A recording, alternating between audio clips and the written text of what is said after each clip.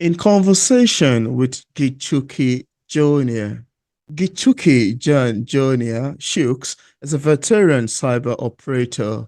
He's currently the CEO of OnNet Group. He's also an author at CJBL and the lead military intelligence cybernetics designer at Cyber Ranges. He's also supporting EU and NATO on cyber defensive capabilities. He has worked in different regions, running offensive cyber and defensive operations for government and other organizations.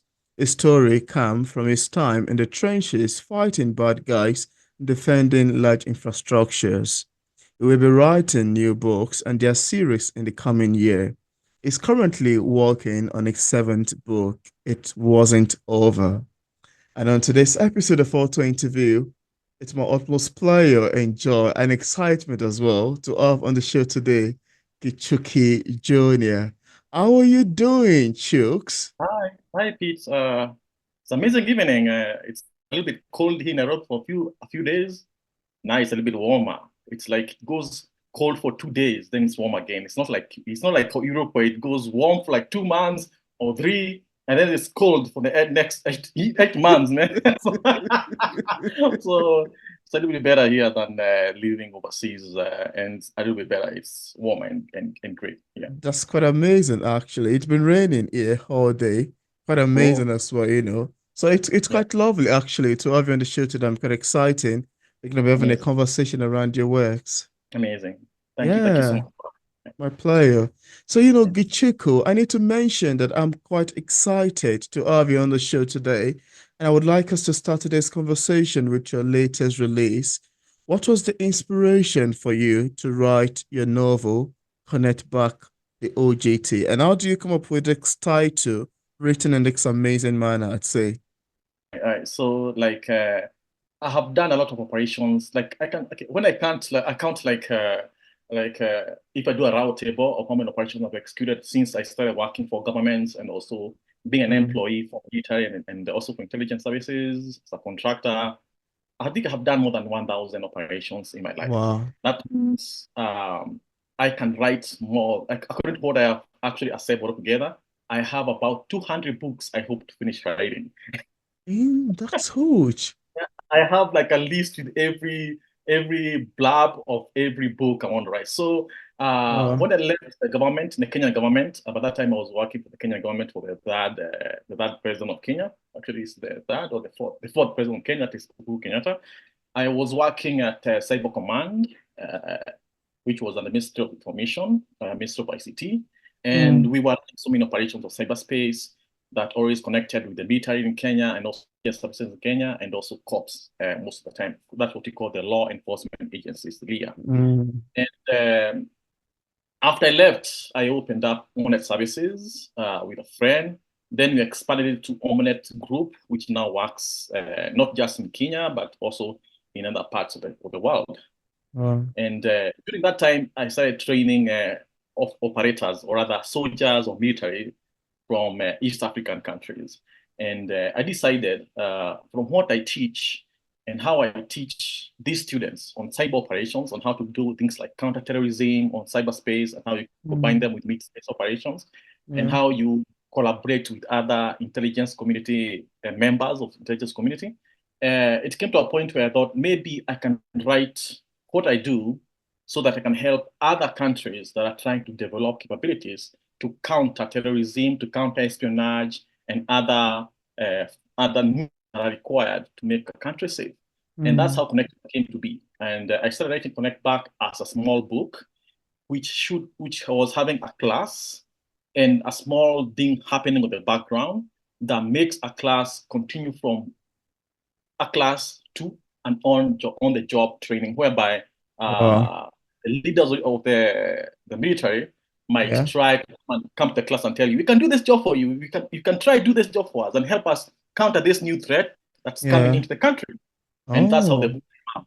And one of my vision, or rather my belief, was to make more people have hands-on into learning how cyber helps Mm. when dealing with things on the mid space, so that you can actually be able to deal with the threats on the ground and also deal with them on cyberspace. Wow. So that's the motivation to write the book. Yeah. Well, that's actually an Yeah. amazing one. I mean, that's actually an amazing one. And I see that you write a lot about cyberspace operation, both defensive and the Yeah. offensive one. Can you tell Yeah. us a little bit about your background in cyber and cybersecurity? Yeah. So I started a long time ago, like in 2000s. Then I started hacking like a bad hacker. Oh, Back in the days, we had what we call the computer security era before it went from computer security to information security in mid 2000s. So that's like 24 before years I used ago. Yeah, so before information security it became information security, and now we have what we call the new era, which is information operations. Oh, During the days of computer security, I was like learning how to hack by hacking things and trying to steal. And then in 2007, there was a new in the country whereby I don't know if you have heard of this small conflict that started because of the elections of 2007.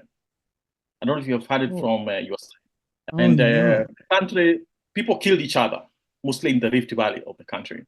And Oh, one side of my parents, my mom's side, there was an issue and people died and other wow. people have started. So I decided the skills I know, why would I not go ahead and help the country and the military and the intelligence services and also the LIA to Mm, develop capability for cyber? So I came with my skills because I'd already done a lot of certification in cyber, have had finished most of my school. And you see, the problem in cyberspace, any person who works in cyber has to do so many certificates every year to keep developing their capability. And also they have mm, to keep researching and learning new ways and new mm, tactics and techniques to develop capability. So in wow. 2007, I joined the DoD as a professional trainer and also as an expert for cyberspace. And I started Wow. training how cyber can be utilized for national security and also for warfare or warfighting function as military and also for intelligence collection as an intelligence service. And that's how I started as in cyber. And then I left after I think 3 years or 4 years to go to banking.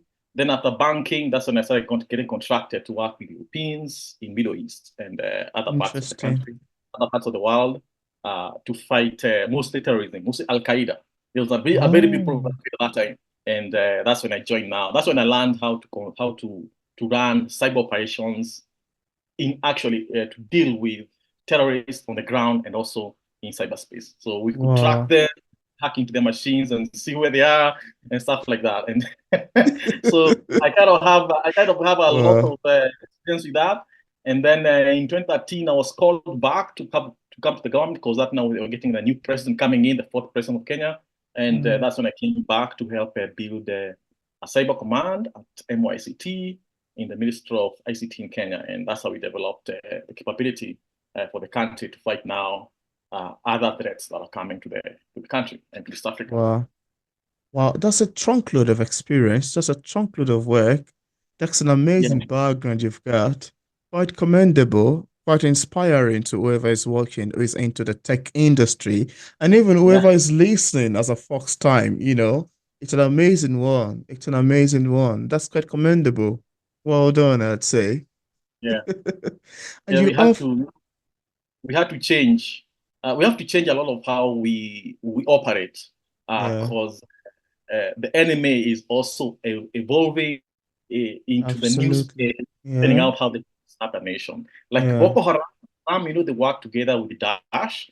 So, and Daesh, they do a lot of research on cyberspace. So there's high Mm, possibility very soon Boko Haram will deal with expansion. We actually work the expansion through cyber, and not just by mm, such engineering people join them, but also to run operations against the government in Western Africa and other nations to expand the ideology into the world. Because Boko wow, Haram and ISIS, Daesh, they're the same. So wow, they wow. just want to convert the whole Africa into a caliphate. So and we can't have that because we want our freedoms. I want to go and laugh with my neighbor, even if she's not my girlfriend. And Yeah. if Yeah. you're a caliphate, you can't do that. You'll be hanged for that. So you can't allow that. We have to fight for our freedom cause. A lot of people don't know that if you go to like places like Tehran or Saudi Arabia, like last time I was in Saudi Yeah. Arabia, the good thing about there's always a good side about Islamic law. Like last time I went to Saudi Arabia, I left my phone in a restaurant for 2 days. I thought I lost it, and I found it there. Wow. The same table I left it. That's Imagine quite impressive. that was in 2020. I think it was 2012 or 2011. I was Wow. amazed. Then one of the waiters was telling me that if someone took your phone, they would not be having a hand right now. That's the Oh. good side about the Islamic law. But these are the things where you can't look at a woman, you have to cover your hands and all that stuff. It's not really Wow. good. But anyway, but now when you're dealing with the caliphate, it's much more extreme, and there's some things you can't do at all. The only book like now, they find me reading my book, they would have issues with me. But as a Catholic nation, the only book you're supposed to read is the Quran. You get? That's Oh. the only book they read from morning to evening. They're Wow. not allowed to read the book. So it becomes a very big issue if you allow such an ideology to cover Africa Wow. and other. Yeah. That's a lot of law. That's quite Mm. huge, really. I'd like Yeah. to ask you, were there any obstacles to writing about intelligence and military topics while being a Kenyan and African, and especially in a developing democracy? Also, I'm still trying to figure out who the real villain is in the book, the OJT. How Yeah. did they come up with the bad characters while writing it? Yeah. When I was writing Connect Back, it was the first book I actually started writing. Yeah. And I was because I just left the government, and I was thinking it's important to start writing these kind of storylines because if you actually look at my book, there are actually operations which are real. So what I do is divert the storyline and the characters from real experience and Mm, fictionalize them so that so that I cannot leak information to the threat actors outside there. mm. So I was like to connect back. I was being called and being told, don't write anything to do with intelligence services, anything to do with military, or anything you used to do when you are outside command. So I was wondering, now what do I do? I've already written almost, I think it was almost 30,000 words. And these guys are telling me that I should stop writing this. So it Wow. was kind of chaotic for me. And that's when I decided to pause where I had left, and that was Connect Back Part 1. So I Oh. clicked on it, and I decided what I want to do is write the Confederate. And the Confederate Mm. was about was a little bit of a different story because it became now not military intelligence or law enforcement stuff. It was more of hacktivism. It was like a Oh. response to these guys for what they had caused me to stop writing on that I wanted to write something different that was simpler, so that Mm. at least I can have a book out there as an author first, Wow. and also give people a little bit of information about a little bit of basic cyber capability and how hacktivism can be pushed by an ideology or a group of people that want to send a message to the government, and that's how Wow. Confederate. So I wrote the Confederate. Then when the fourth president has people left, I decided to read Connect Back. By that time, I had already Oh. expanded a few pages, so that's when it became Connect Back, the OJT. Right. Wow. So there are complications, especially on a developing democracy. People Wow. might call it, no, we don't want that book out. But in places like Europe or places like the United States, there'll be a process. They will say, let's see the book first, Yeah. cancel this page, cancel this Yeah. line, Remove stuff like this. that. But Yeah. in Africa, we don't have an institution which looks at books coming from people who have been employed by government to figure out if some things are supposed to be written. So what they say, if you are Oh, writing a wow. book and it used to be a common book, they will threaten you. Otherwise, when the regime changes, a new government comes in, you can Yeah. release whatever you want to release. No one will Yeah. ask you what's what. Uh, And that's the amazing thing about living and working in Africa and being a writer in Africa. Even if you have worked with law enforcement and the intelligence community for a while, Yeah. you won't be threatened after the regime changes to a new government. So you can write Wow. whatever you want to write. Not the freedom to do that. But Wow. if you do Wow. it, the regime that you worked for is still there. No, that would That's when be detrimental. that's when issues come up. Even get killed or kidnapped. Mm, Yeah. absolutely. And I didn't Yeah. want that to happen. Yeah, so I had to wait. So I released part one. Immediately the new regime came in by 2022. I had already released part one. Then I released now the whole book as a paperback. Wow. JT, the on-job training. Wow. Yeah, Wow. yeah. So that Yeah, yeah, yeah. it's Thank you for challenging. mentioning that. Yeah, it's challenging though. As a developing economy, you have so many challenges because you're still young as Yeah, far as the political ideology of the political environment of that nation is, because you don't know who you are going to make, uh, absolutely. angry or something like that, and you see uh, the law enforcement in countries which are like our countries or third world countries, they are not well experienced into dealing with. Uh, what do you call assassinations and stuff like that. Yeah.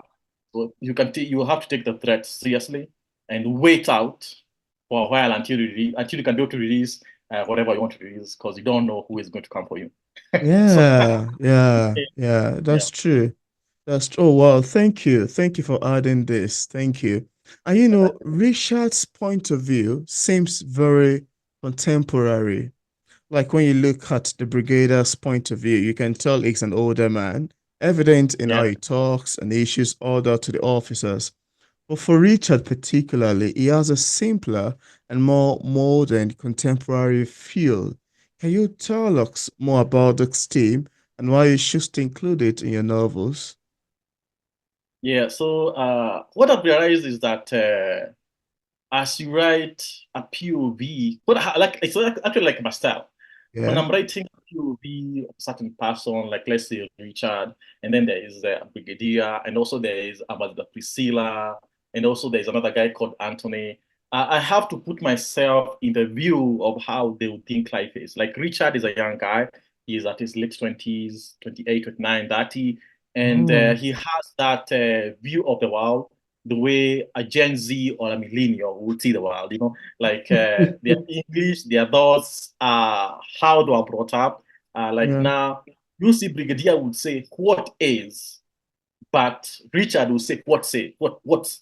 Like, but yeah, Brigadier will yeah, say, what is? So it's like you have to put yourself with the same age as the Brigadier who is at his 50s, and the way he speaks, the way he views computers, the way he views the country and the people and his mm, daughter and his wife, at that level of age, whereby his English is the old school English that came to the British back in the yeah. days, Oh, during the yeah, days of colonial system.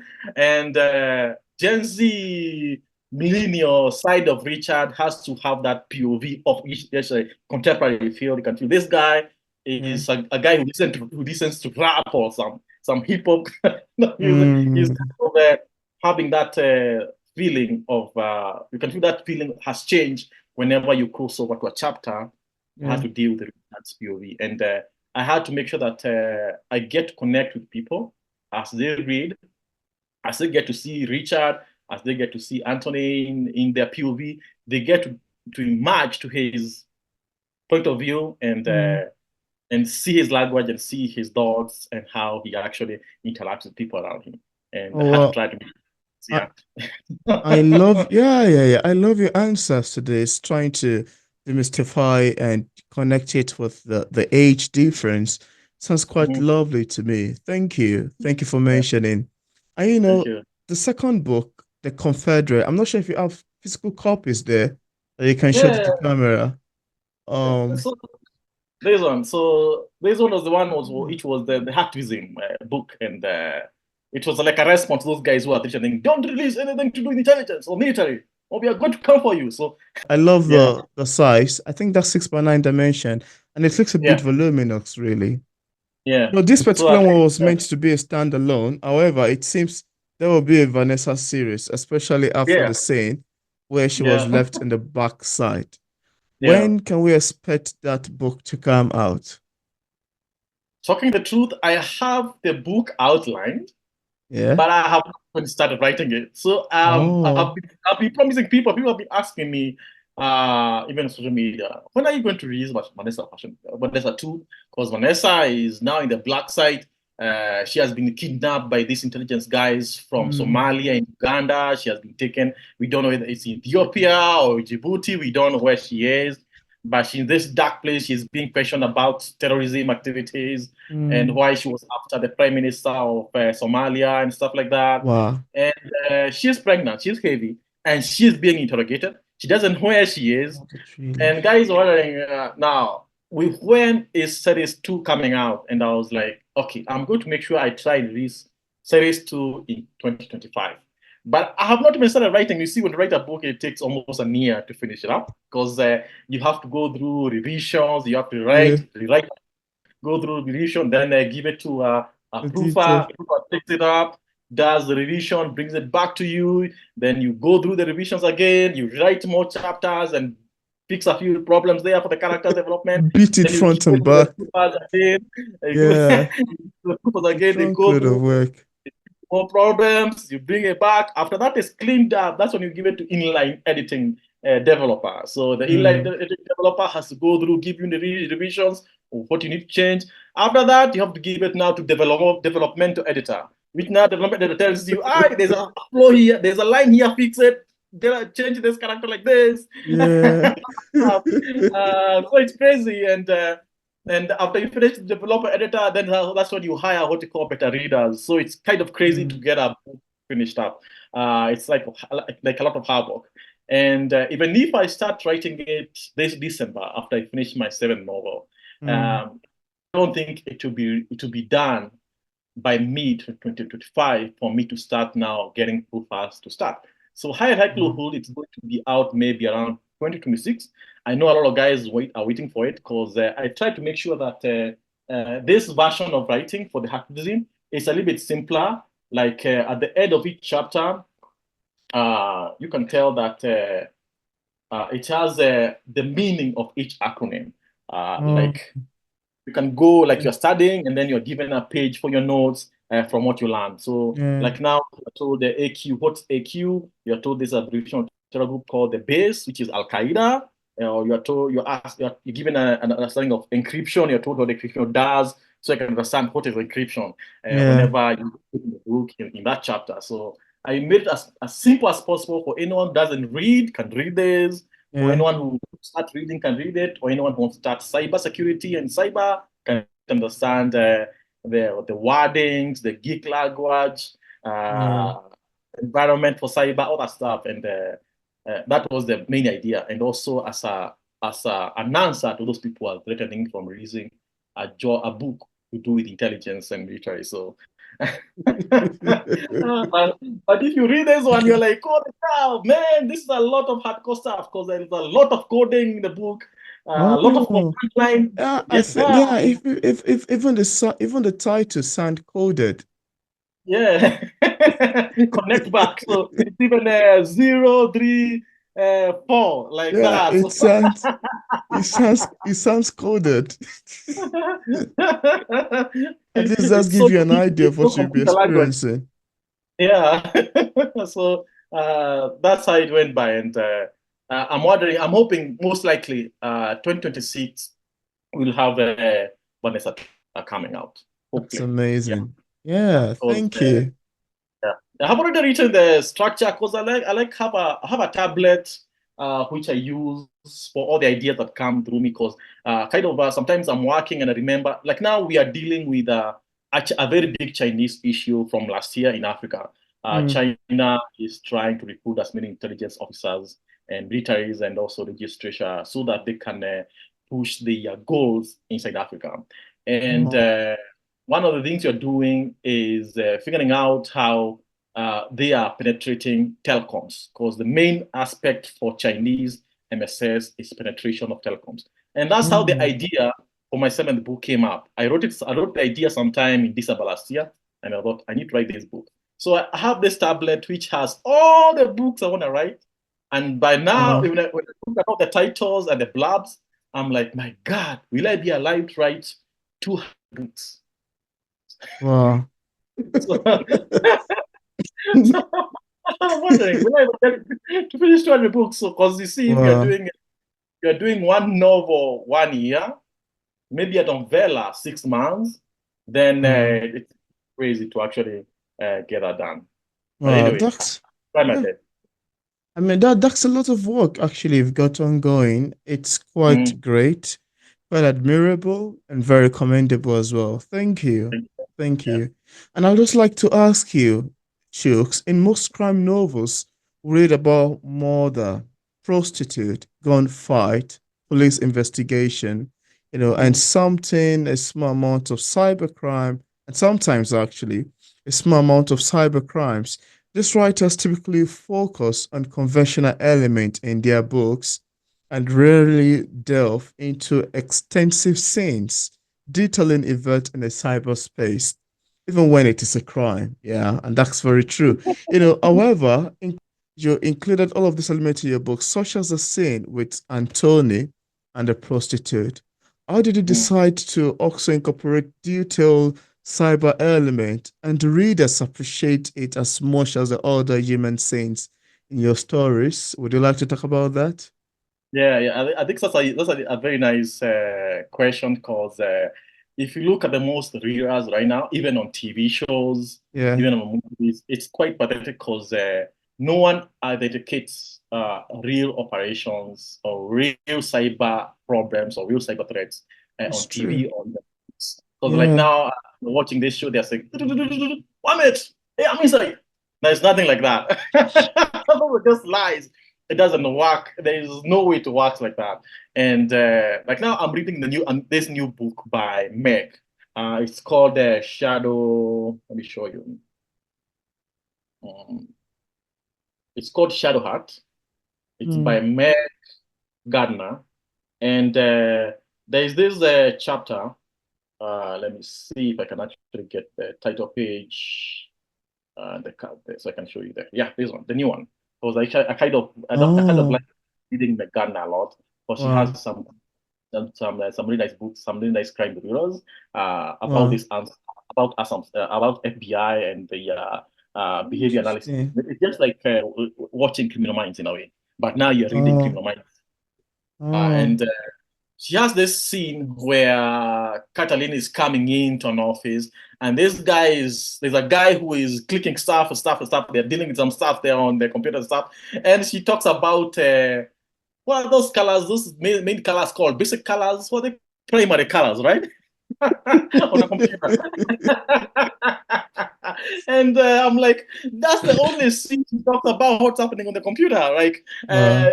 so see, like when you're coding and you have this IDE, like let's say you're coding C++, and you have the part for the function, and you have the part for the variable, and you have the part for the strings. Colors Mm. change. Like, so she was talking about those primary colors as the one Yeah. mixing up on the screen for as far as she could tell.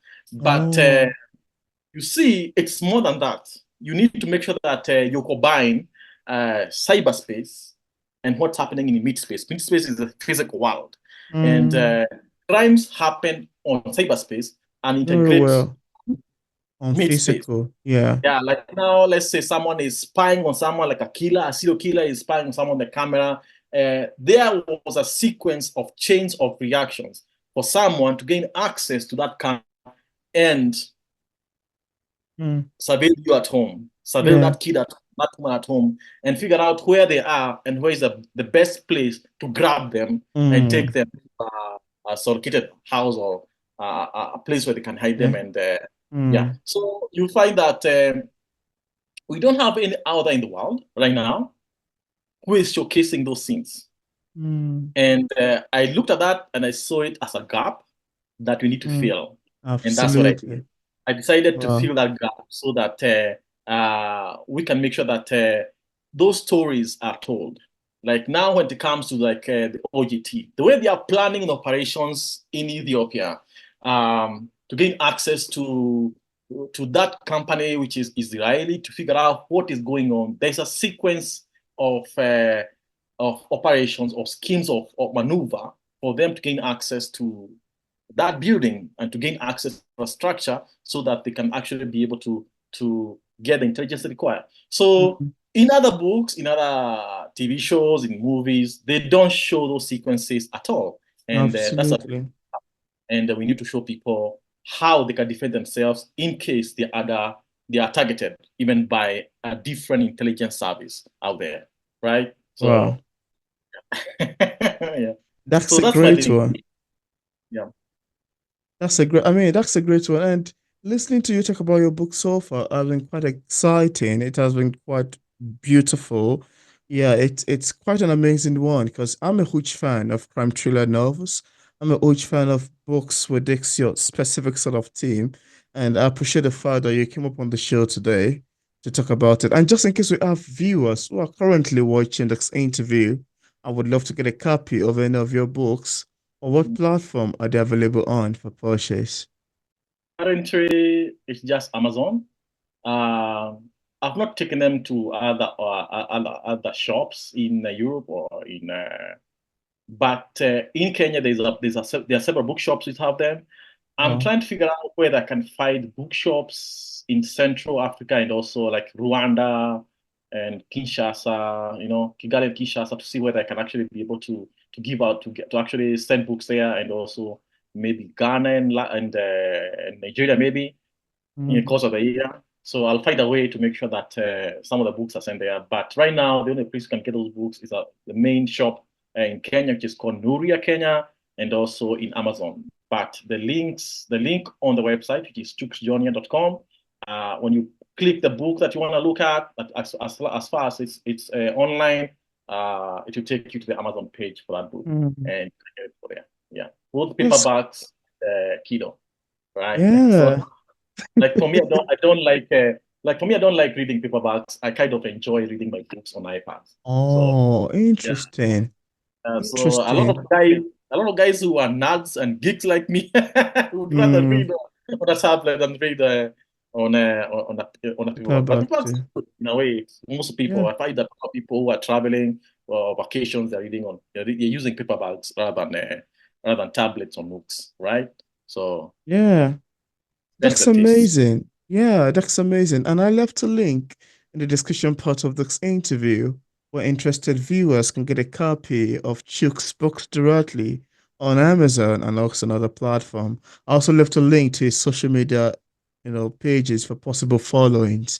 So Yeah. thank you so much, Chooks, for accepting the invitation to be featured on P English Literature. It's Yeah. awesome having this conversation with you. I mean, thank you so much for having me. It's my pleasure, really. Yeah. Well, Yeah. that was so Freedom. exciting. Freedom Yeah, that for was so Africa. exciting. Freedom. Freedom for Africa. Yeah. Yeah, freedom. We gotta put yourself out there, and hopefully we can change the world. And you can tell people it's not just other guys out there who can write. Even us in Africa, we can write, and we can adapt our Oh, books into TV shows and movies. And absolutely. we can educate our people on things that are running out there so that they can know how to defend themselves, they can know how Mm, to see the world, because the world is not just black and white. There's a yeah, lot of color around it. Yeah. yeah.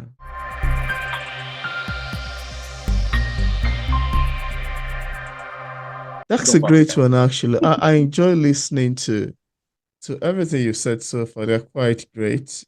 And they're quite Yeah. a lot.